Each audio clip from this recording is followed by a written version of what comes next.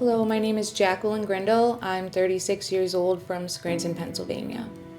Growing up, it was like, basically spoiled rotten kid, and in high school where there was things around and let's go out and do this, and I just thought it was an experimental phase and just doing the normal like teenage thing, which then got worse.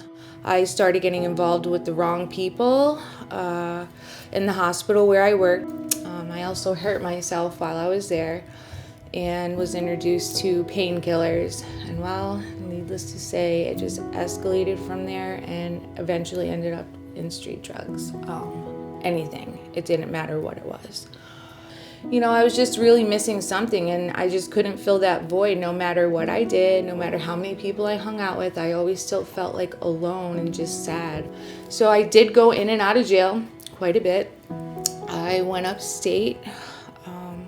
I also had a son with a gentleman from a recovery house. Not one of my better moves, but I got the best gift of my whole entire life, which is my son. He's 8 now, and he's just the love of my life.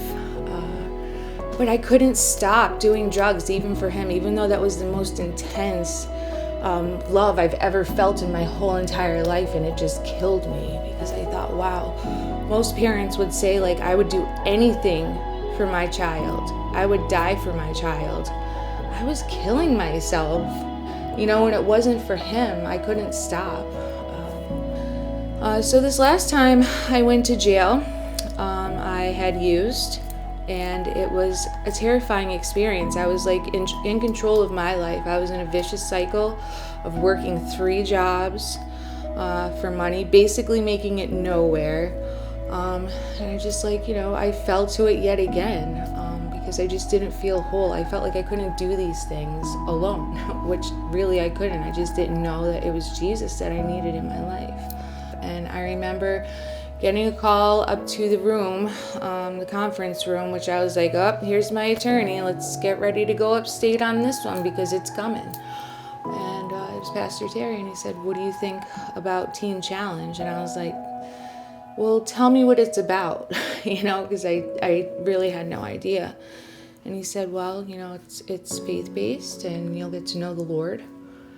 I said, I really have nothing to lose at this point. I've tried everything. I have not tried this.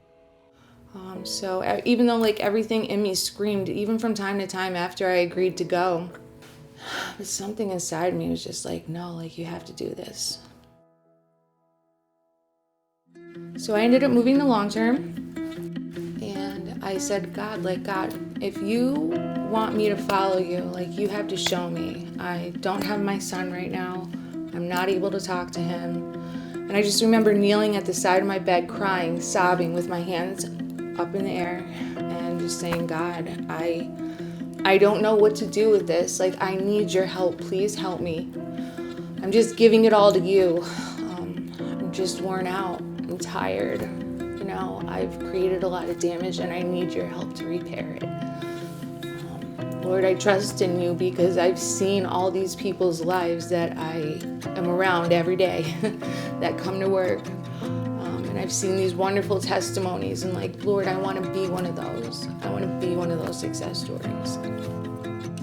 And it was the first time that the Lord really spoke to me, and he said, you're my daughter, you're a child of God, and I've got you.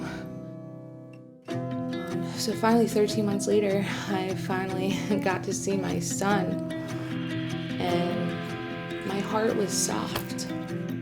He just sobbed and smiled and just came and hugged me, and I'll never forget that feeling with a soft heart.